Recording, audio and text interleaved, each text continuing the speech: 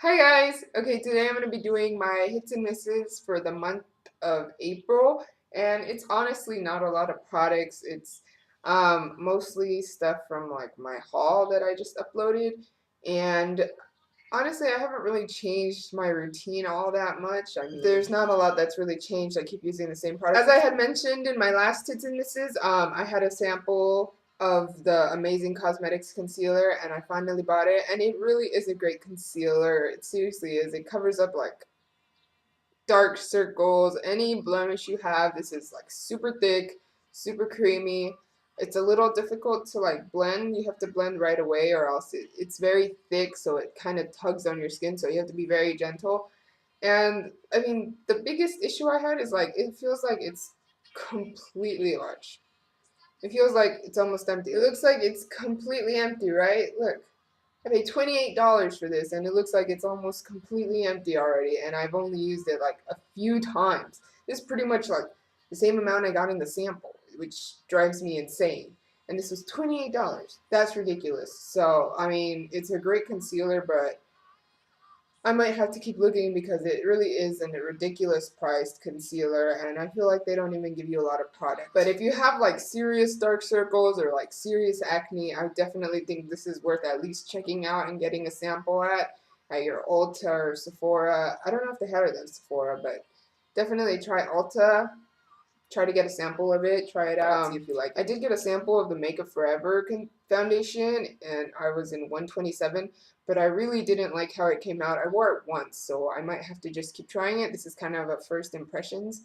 I did not like it. At the end of the day, it's like you can tell I was wearing foundation. Like I had around my lips, you could tell like where it stopped all the foundation, and it was just like I had a layer of something else on my skin. I don't know how to explain it. Like this, the sheer matte, it kind of blends into the skin. You can't really tell that you can't tell too much that I'm wearing foundation. Obviously, you can tell, but it's not as prominent that I'm wearing foundation as it is with this, the Makeup Forever one. I mean, I might have to try it a couple more times. I do have some left over, but I really didn't like it. And the other thing is that I don't like is kind of the color.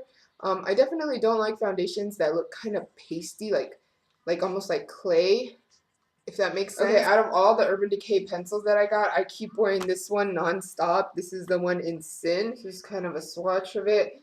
This kind of reminds me of how other beauty gurus use like soft ochre paint pot or painterly paint pot.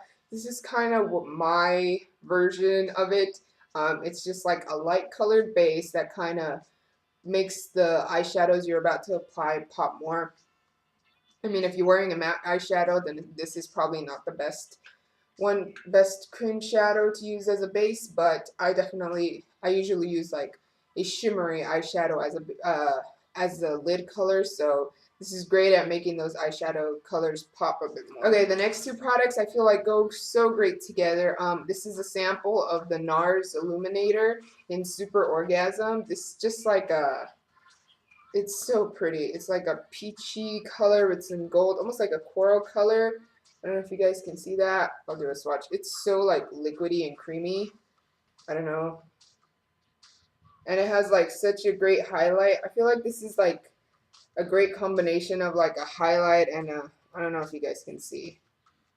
But I'm wearing it on my cheeks today. I put this on my cheeks and then I put this blush over it. This is the Sephora blush in Coral Frisson, and I've been loving this combination together. I feel like the colors together kind of really pop, and it's such a beautiful combination. It gives you that beautiful glow highlight, and then I put the NARS Laguna bronzer under it, and I feel like together it's such a pretty look. I think this is great for the summer especially. Such a great combination together. I love it right now. I'm definitely going to pick up the NARS Illuminator next week once I get paid again. Definitely worth checking out. And these Sephora blushes are only like 13, I think. I believe they're like $13 each. This is probably more expensive. This is probably around 30. Next, I'm going to be talking about the Korres lip butters that I've tried. In my opinion, this is definitely great for the summer. It's just a great lip balm to carry around in your purse. Like, because your lips are probably going to get very dry and chapped from the sun, especially nowadays. And it's so moisturizing, like it's ridiculous. They came down to, they were originally $15, I think, and they came down to $12. So I have one in Jasmine and one in Pomegranate. The one in Jasmine kind of gives you just like a pale lip color, hardly any tint to it. This one is a little more tinted. This is in Pomegranate.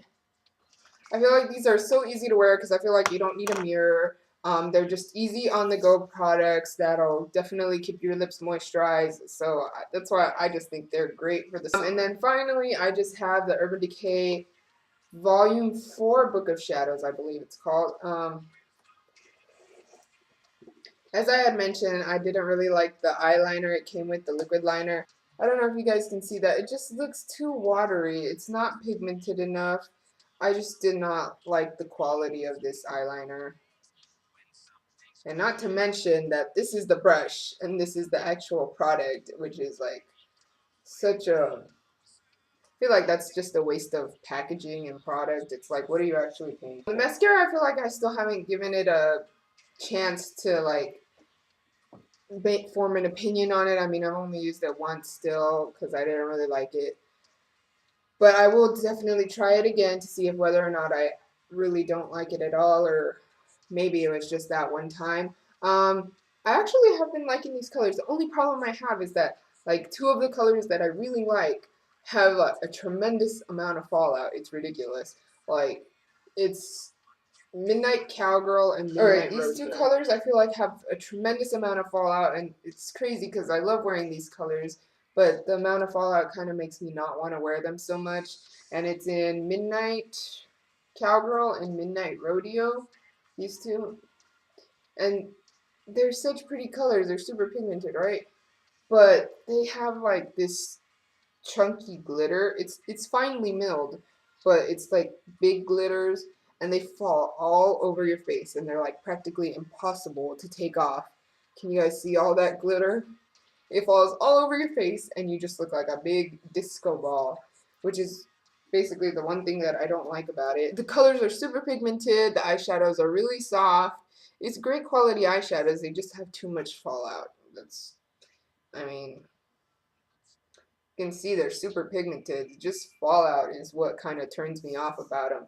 But other than that, it's pretty great. I mean, overall, it's an okay palette. For $24, it's really up to you. If you really like the colors that come in here, I mean, I suggest trying it out. But if they're not really colors you would wear often, then I probably wouldn't try this palette out. It's alright. I mean, I don't think it's worth returning, but I will use some of the colors. Just it is a little disappointing of a palette, I guess you could say.